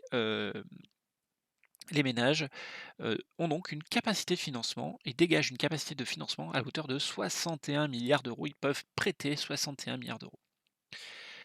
Dans le même temps, les sociétés non financières, donc les entreprises classiques, hein, qui vendent des biens et des services, marchands, eh bien, dégage plutôt un besoin de financement de 8,3 milliards d'euros. Donc ça veut dire que ces entreprises ont besoin, de financer des projets d'investissement. On voilà, donc vous voyez qu'il Il y a un écart assez, conséquent entre les 2 situations, hein. Cela dit, le montant là de moins, de 8,3 milliards d'euros de besoin de financement peut paraître important, mais en réalité, il est plutôt inquiétant. Il signale plutôt justement un manque d'investissement. En réalité, techniquement, ça devrait être bien plus que ça. Ça pourrait être bien plus que ça sans que ce soit inquiétant. C'est-à-dire que les sociétés, au contraire, si vos sociétés se développent, vous avez besoin d'investir beaucoup, donc des besoins de financement importants. Mais vous savez que ces investissements garantissent a priori ou p laisse présager d'activités pour l'avenir. Voilà. Ensuite, les administrations publiques. Donc on rappelle, hein, c'est État, collectivités locales et administration de sécurité sociale. Eh bien, elles dégagent un besoin de financement. Alors normalement, vous avez entendu parler de la dette publique, de ces choses-là, donc vous n'en êtes pas surpris. Par contre, on verra dans le détail que, en fait, des 3 acteurs cités, il y en a qu'un seul, en fait, qui pose un vrai gros problème, enfin un problème, qui est en c'est pas un problème, on verra, forcément, mais qui a un vrai besoin de financement, c'est l'État. Les autres, en fait, sont plutôt, à l'équilibre, voire parfois en excédent. Voilà. OK, donc dernier, élément, c'est les autres secteurs, hein, qui ont été regroupés. Donc on a regroupé les ISBL-SM et les sociétés financières, les 2 autres, qui eux dégagent un besoin de financement. Alors c'est surtout lié aux ISBL-SM, hein, qui ont bien sûr des besoins de financement vu qu'elles ont assez peu de financement par elles-mêmes, vous vous en doutez bien. Voilà, et donc en cumulant tout ça, est-ce que, les capacités de financement des ménages permettent de compenser, tout le reste? Vous voyez que non, hein. Heu et donc la nation française, dans son ensemble, se retrouve avec un besoin de financement. Elle a un besoin de financement de 12,8 milliards. Alors attention, quand on en arrive à une situation où il y a un besoin de financement enregistré, ça veut dire c'est un besoin qui a été, satisfait. D'accord? S'il n'avait pas été satisfait, si vous avez un besoin mais que vous n'avez trouvé personne pour vous prêter, hem, ça n'est pas enregistré, comme, besoin en fait, c'est les besoins de financement satisfaits là qui sont enregistrés forcément.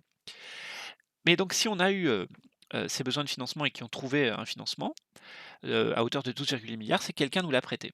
Si c'est pas quelqu'un qui fait partie de la nation, c'est nécessairement un agent économique du reste du monde. Et donc en effet, qu'est-ce qu'on constate? C'est que, une fois retirée la France du monde, le reste du monde a une capacité de financement qui correspond à, aux besoins de financement de la nation française. Vous déduisez de là aussi qu'au niveau mondial, il y a une sorte d'équilibre comptable et que donc comment dire? Le besoin ou la capacité de financement, du monde est de zéro. Voilà, à moins qu'on se mette à avoir des échanges avec des sociétés extraterrestres, ça va rester comme ça, forcément pendant encore quelque temps. Alors retrouver, le résultat du besoin de financement de la nation. Eh bien, la nation voilà, cumule tout le monde. Donc c'est quoi ce 61? 61 c'était la capacité de financement des ménages. Donc on a plus 61 ici, pour la capacité de financement des ménages. Allez, je vous l'affiche en dessous à côté. Voilà. Moins 8,3, c'est le besoin de financement des SNF, des sociétés non financières. Moins 61,4, c'est le besoin de financement des APU. Moins 4,1, c'est le besoin de financement des autres secteurs. On a donc au final bien les moins 12,8 milliards d'euros. Ah, j'ai oublié de d'abréger milliard, mais milliard, ça s'abrège MDS aussi. Vous pouvez le faire avec les barres comme je fais au tableau. Un M avec 2 barres au-dessus. Vous pouvez abréger aussi en MDS et on met MNS pour million. Et M tout court pour 1000 ou K pour 1000. Voilà. Donc MDS, euros. Et pareil, euro, vous mettez euro, le sigle, hein. Vous écrivez plus euro normalement en entier. Question suivante, la 10 donc. Euh, Quels secteurs institutionnels présentent les besoins de financement les plus importants en 2017? À l'évidence, c'est les administrations publiques, avec un besoin de financement de 61,4 milliards d'euros. Comme je le disais, on verra dans le détail que c'est surtout l'État parmi ces administrations publiques. Donc le besoin de financement des entreprises, heu, lui, comme je le disais, peut paraître assez faible, mais c'est justement, donc on pourrait voir ça comme une bonne nouvelle et en fait, c'est plutôt inquiétant, parce que ça signale que potentiellement, l'investissement, on manque peut-être d'investissement. d'accord? Alors c'est pas automatique parce que peut-être qu'il y a beaucoup d'autofinancement et peut-être que cet autofinancement fait l'essentiel de l'investissement, mais ça peut aussi signaler au contraire que, ben, au-delà de l'autofinancement, commençant d'être pas beaucoup, auprès pour se développer, bah, peut-être qu'on se développe plus assez vite, quoi. Question 11, oui, je vous ai affiché déjà les résultats, voilà. Donc pour la question 11, comment le besoin de financement de la nation, est-il, bah, financé?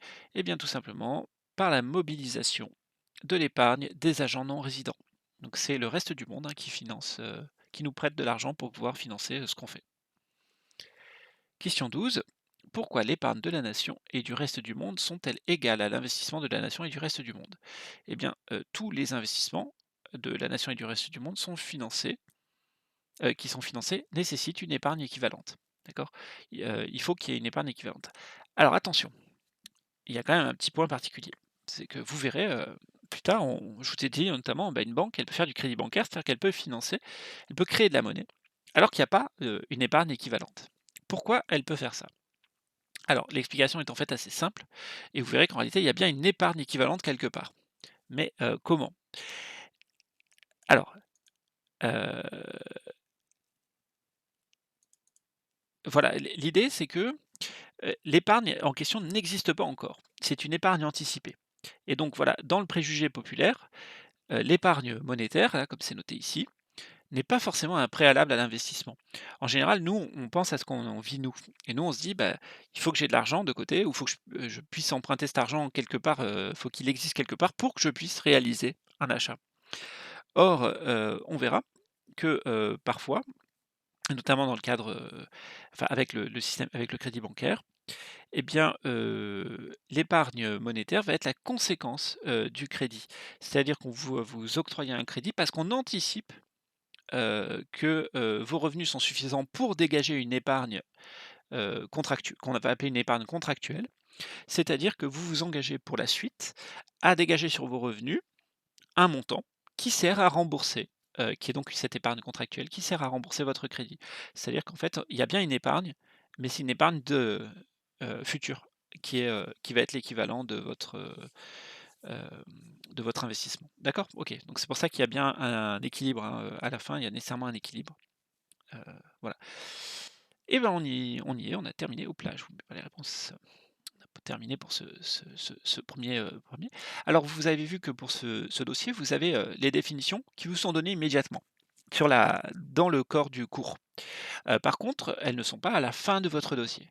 Donc je vous encourage immédiatement, dès qu'on les découvre, à les apprendre ici et ensuite à essayer de mémoire. Une fois que vous les maîtrisez, vous allez les recopier de mémoire à l'arrière du dossier. Faites bien le travail dès la première fois, hein, ne vous contentez pas d'un recopiage, bête, à l'arrière, immédiatement, heu, pour, heu, pour que ce soit pour vous déjà acquis, hein. L'idée, si vous le faites à peu près sérieusement, le jour où vous devez réviser, ça vous permet d'aller très, très vite, dans les apprentissages et ça vous permet aussi au fur et à mesure qu'on avance, d'avoir bien les notions en tête et d'aller tout de suite, de pas perdre d'énergie, d'aller tout de suite, comprendre de quoi on parle, d'aller tout de suite, plus loin. Alors qu'est-ce que c'est qu'un agent économique? Eh bien, c'est personne ou ensemble de personnes physiques ou morales qui participent à l'activité économique, hein, je vais oublié de préciser. Les agents économiques sont définis donc par leur principale fonction économique. On utilise souvent la classification des secteurs institutionnels de l'INSEE avec en 1 les SNF, en 2 les SF, donc sociétés non financières, en 2 les sociétés financières, en 3 les APU, donc les administrations publiques, en 4 les ménages, en 5 les ISBLSM, les instituts sans but lucratif au service des ménages, et en 6 le reste du monde qui rassemble les 5 premiers secteurs mais pour les non-résidents. Et donc ça sert à regrouper les agents économiques. Ensuite, on distingue capacité et besoin de financement. La capacité de financement, c'est une situation dans laquelle les réserves et les revenus d'un agent économique sont excédentaires relativement à ses dépenses. Voilà, hein, donc ça c'est important. On verra que l'épargne et la capacité de financement peuvent ne pas être complètement équivalentes. Pourquoi? Parce que l'épargne, ça va être la différence entre vos revenus et vos dépenses. D'accord? Pas de souci. Mais en fait, si vous avez des réserves, vous pouvez avoir même, si vous avez un revenu pile égal à vos trucs, bah, vous avez quand même une capacité de financement vu que vous avez déjà accumulé des réserves, d'accord? Donc c'est pour ça, la capacité de financement, c'est vos réserves plus, vos revenus moins vos dépenses et les dépenses, c'est quoi? C'est la consommation et l'investissement, OK? Alors en version simplifiée, qu'est-ce que c'est qu'une capacité de financement? Il y a une version simplifiée, pour, les apprentissages, express. On a une capacité de financement quand, notre épargne dépasse nos investissements. Voilà.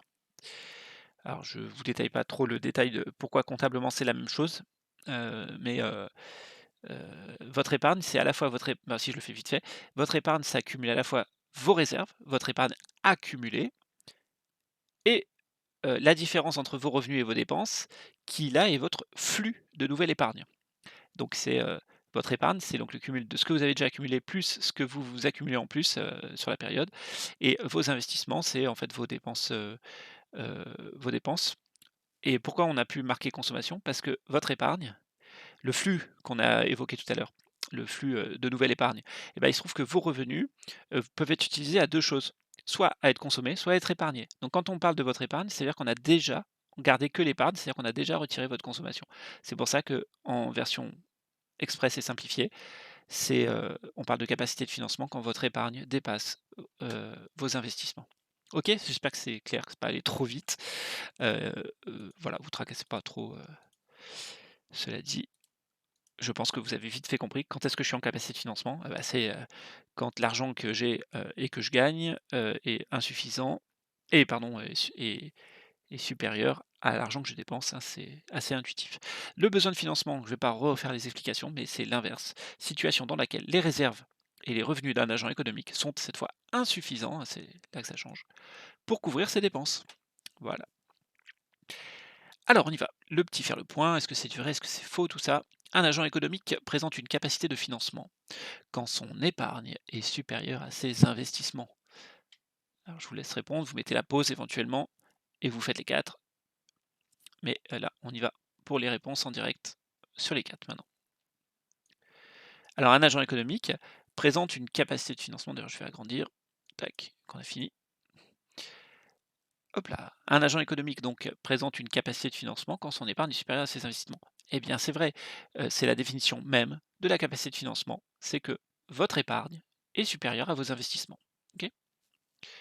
Question 2, les entreprises peuvent avoir des besoins de financement pour financer, heu, leurs investissements. Eh bien oui, ils ne sont pas obligés d'être en capacité de financement pour financer leurs investissements, hein, c'est ce qu'on aurait pu croire. Non, non, une entreprise peut être en besoin de financement et financer ses investissements. Les investissements sont souvent coûteux et peuvent dépasser l'épargne préalable d'une entreprise, donc on verra que les entreprises, s'endettent par exemple, hein, pour investir. 3e, la France est en situation de capacité de financement en 2017 pardon. Eh bien non, c'est faux. On l'a vu dans le document 4. Les besoins de financement de la France sont de 12,8 milliards d'euros pour l'année 2017. Alors ça n'a pas toujours été le cas, hein. Par exemple, à la fin des années 90, début des années 2000, de mémoire, la France était en excédent par rapport à pas mal d'autres nations, notamment à son voisin allemand, qui aujourd'hui est en lui énorme excédent. Donc la situation a évolué. Il y a des avantages et des inconvénients à cette situation et il y a des raisons, à ces changements. Mais en tout cas, aujourd'hui et depuis pas mal d'années maintenant, la France est en situation déficitaire. Donc ça veut dire que la France, s'endette vis-à-vis, du reste du monde. Question suivante. Tous les secteurs institutionnels ont un besoin de financement en 2017. Alors, en fait, donc vous avez bien compris que c'est faux. En tout cas, ça signifierait qu'à ce moment-là, votre pays serait en extrême dépendance du reste du monde. Si c'était le cas, ça voudrait dire que dans le pays, personne, tout le monde, est obligé de s'endetter. Ça serait très grave. Non, en général, il y a des agents dans un pays à capacité de financement et des agents à besoin de financement et voilà, donc dans le document 4, on voit que les ménages dégagent une capacité de financement de 61 milliards d'euros. D'accord, et ça, c'est quelque chose qu'on constate au niveau mondial. En général, dans le monde, les ménages sont à capacité de financement, les entreprises sont à besoin de financement et les États sont, souvent à besoin de financement. Il y a quelques exceptions, mais sont souvent à besoin de financement. Alors voilà, vous avez donc ici immédiatement la synthèse, ça arrivera plusieurs fois dans ce chapitre. Donc là, vous avez déjà toute la synthèse. Je vais la réafficher quand même dans l'autre version parce que là, j'ai oublié de remettre les je l'avais un petit peu amélioré ici. Heu, voilà, donc ça, c'est ce que vous avez vous. Voilà, donc le travail que je vous demande, bah, c'est vous prenez connaissance de cette synthèse, on l'a dit une fois ensemble, mais le petit travail que vous allez avoir à faire, c'est de synthétiser la synthèse, en la renotant sous forme de schéma ou d'abréviation. Alors attention parce que peut-être que votre schéma ne prendra pas exactement le sens, l'ordre de mes points. C'est-à-dire que peut-être que vous, le point 2 sera celui qui sera le début de votre schéma et cetera et le point 1 se retrouvera un peu, heu, à une flèche de notre schéma. Alors on y va. La classification, voilà, soit sous forme de schéma, soit sous forme d'une version abrégée, hein, donc avec l'utilisation d'abréviations au maximum. Donc la classification de l'INSEE en secteurs institutionnels permet de regrouper les agents économiques en 6 catégories basées sur la fonction économique principale de ces agents dans une économie. Donc bien sûr connaître au moins les 3 principales plus celles du reste du monde, hein. Donc SNF, APU, ménage et reste du monde. Lorsque les dépenses d'un agent dépassent ses disponibilités, c'est-à-dire son revenu plus son épargne accumulée, ou lorsque son épargne, donc c'est l'épargne accumulée plus le flux de nouvelle épargne obtenue en soustrayant aux revenus les dépenses de consommation. Donc lorsque la disponibilité ou son épargne n'est pas suffisante pour financer son investissement, un agent économique a alors un besoin de financement. Voilà, vous notez juste que à ce moment-là, il faut quand même retirer la consommation ici, hein. A l'inverse, un agent est en capacité de financement lorsque ses dépenses sont inférieures à ses disponibilités financières. Ou autrement dit, lorsque son épargne dépasse ses investissements. En moyenne, les APU et les SNF sont plutôt en besoin de financement du fait qu'elles investissent pour rendre possible des revenus futurs. Donc c'est normal, hein, c'est pas choquant hein, que les entreprises et l'État soient endettés avec des besoins de financement. C'est pas forcément un problème, au contraire. A l'inverse, ce sont en moyenne les ménages qui sont en capacité de financement. Ok, les ménages en capacité de financement. Donc ça, c'est vraiment des trucs à retenir, hein. Attention, j'insiste, c'est une moyenne. Ça ne veut pas dire que tous les agents économiques de la catégorie sont dans la même situation. Par exemple, il y a des ménages qui n'ont pas de capacité de financement. Il peut y avoir des administrations publiques qui ont des capacités de financement. Il peut y avoir des entreprises qui ont des capacités de financement. D'accord. Donc il y a des inégalités assez importantes. Donc, voilà, j'ai marqué les ménages surendettés côtoient les milliardaires par exemple.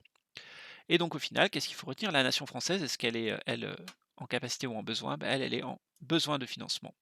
Ce besoin est donc comblé par, quelqu'un, hein, par des agents économiques, mais qui ne font pas partie de la nation, qui sont des agents non résidents, qui rentrent dans la catégorie reste du monde. Maintenant, au niveau encore supérieur, au niveau du monde, eh bien là, nécessairement, il y a un équilibre comptable. C'est-à-dire que tout ce qui est, les capacités de financement et les besoins de financement, comme ça regroupe les choses qui ont été financées, forcément il y a un équilibre entre les 2. Voilà, hein, donc vous avez la place à la page suivante pour résumer votre synthèse à l'aide d'un schéma ou d'abréviation. Voilà et je vous souhaite, une bonne fin de journée, en attendant la suite. À très bientôt, au revoir.